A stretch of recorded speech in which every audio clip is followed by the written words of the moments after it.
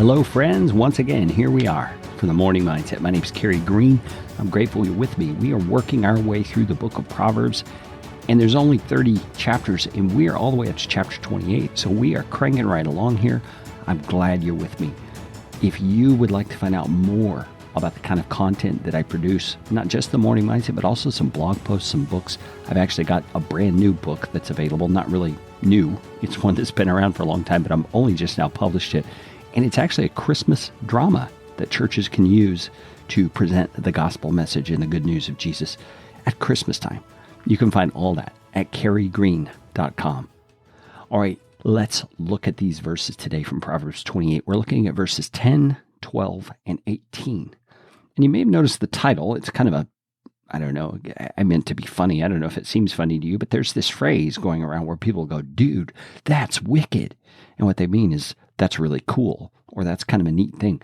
And I don't know how wicked turned into a neat thing, but it's kind of a concerning thing because it's twisting the meaning of a word into something it doesn't really mean.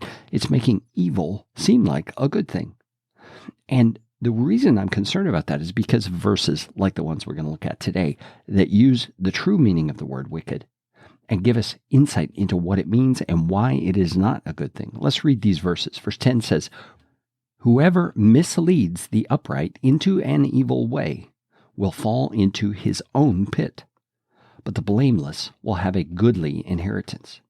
So you see the idea of trickery here, and this wicked person, this wrong person, is misleading a good person. And so there's deceit involved, there's trickery.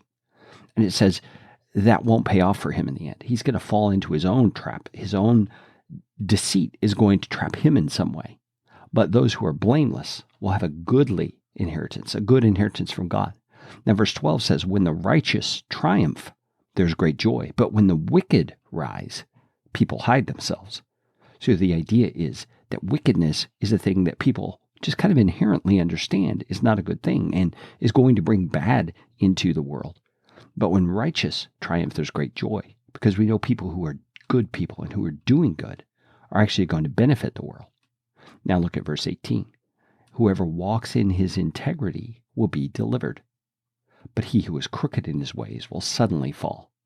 So this idea of wickedness or crookedness or deceitfulness is what we have in view here.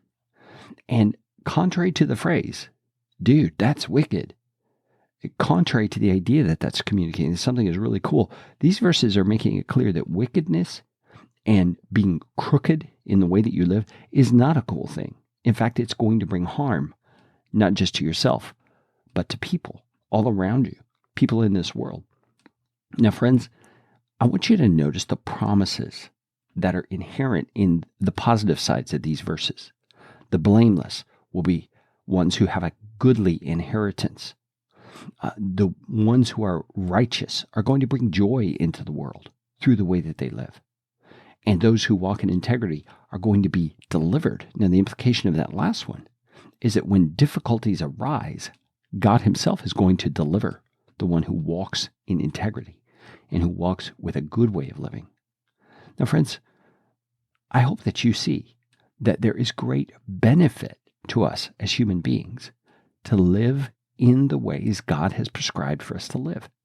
It's not about pleasing God through obeying his law and receiving some sort of payoff from him.